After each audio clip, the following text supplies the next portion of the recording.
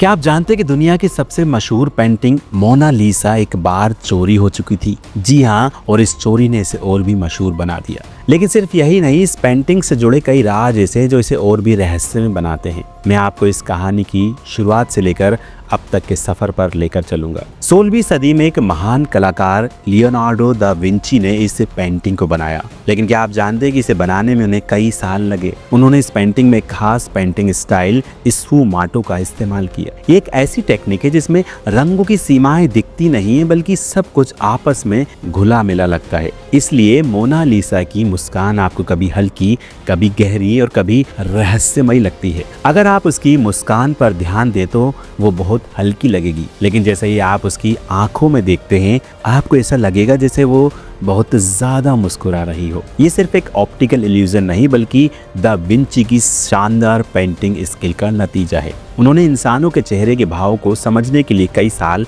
Research की थी। यहाँ तक कि वो अस्पतालों में जाकर मृत शरीरों पर अध्ययन करते थे कि चेहरे की मांसपेशियां कैसे काम करती हैं। अब सबसे बड़ा सवाल, क्या यह पेंटिंग केवल एक है या फिर दो? कुछ इतिहासकार मानते हैं कि दा विंची ने 2 मोनालिसा पेंटिंग्स बनाई थी। पहली पेंटिंग, जिसे आइलवर्थ मोनालिसा कहा जाता है, वो 1914 में सामने आई। ये पेंटिंग लोव्र म्यूजियम में रखी मोनालिसा से अलग दिखती है। इसमें महिला थोड़ी ज्यादा यंग लग रही है, उसका चेहरा हल्का झुका हुआ और उसकी मुस्कान ज्यादा स्पष्ट है। साल 1504 में एक और महान कलाकार रफाएल ने मोनालिसा का एक स्केच बनाया था, जिसमें 2 कॉलम दिखाई देते हैं।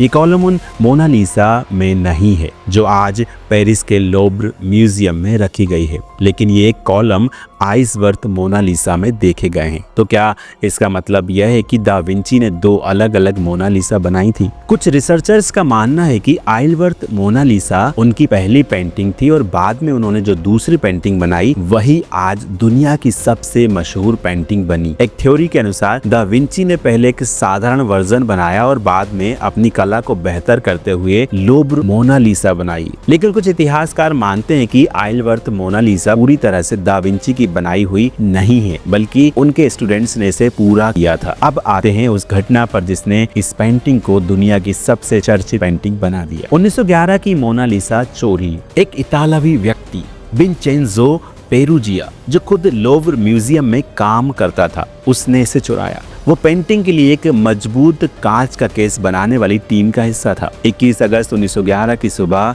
पेरुजिया म्यूजियम में गया। सफेद कोट पहना ताकि वो स्टाफ का हिस्सा लगे। वो मोनालिसा के पास गया, उसे दीवार से उतारा और एक सीढ़ी के सहारे म्यूजियम से बाहर निकल गया। ये सब उसने इतनी चालाकी से किया कि किसी को शक भी नहीं हुआ। जब ये चोरी सामने आई तो पूरे फ्रांस में हंगामा मच गया। अखबारों में हेडलाइन छपी, मोनालिसा गायब। पुलिस ने जगह जगह तलाशी ली, लेकिन कोई सुराग नहीं मिला। कुछ लोगों ने सोचा कि ये किसी बड़े आर्टिस्ट का काम हो सकता है। यहाँ तक कि महान कलाकार पाब्लो पिकासो को भी संदिग्ध माना गया, लेकिन बाद में उन्हें छोड़ दिया गया। पेरुजिया ने पेंटिंग को अपने घर में 2 साल तक छुपा कर रखा, लेकिन उसने कभी इसे बेचा नहीं, क्योंकि वो इसे इटली वापस लौटाना चाहता था। उसे लगता था कि यह पेंटिंग फ्रांस में नहीं बल्कि इटली में होनी चाहिए। लेकिन क्या पेरुजिया अपनी इस योजना में सफल हो पाया? क्या मोनालिसा दोबारा लोव्र म्यूजियम पहुंच पाई, या फिर इस पेंटिंग का कोई और राज भी सामने आया? इसका जवाब आपको जरूर मिलेगा, इसलिए देखते रहिए इस वीडियो को लास्ट तक। दोस्तों, 1911 में जब मोनालिसा चोरी हुई तो पूरा फ्रांस दंग रह गया। ये पेंटिंग सिर्फ एक कलाकृति नहीं थी, बल्कि फ्रांस की शान थी। पुलिस ने जांच शुरू की, लेकिन कोई ठोस सबूत नहीं मिला। लोग हैरान थे कि इतनी मशहूर पेंटिंग को इतनी आसानी से कैसे चुरा सकता है। कई मशहूर कलाकारों और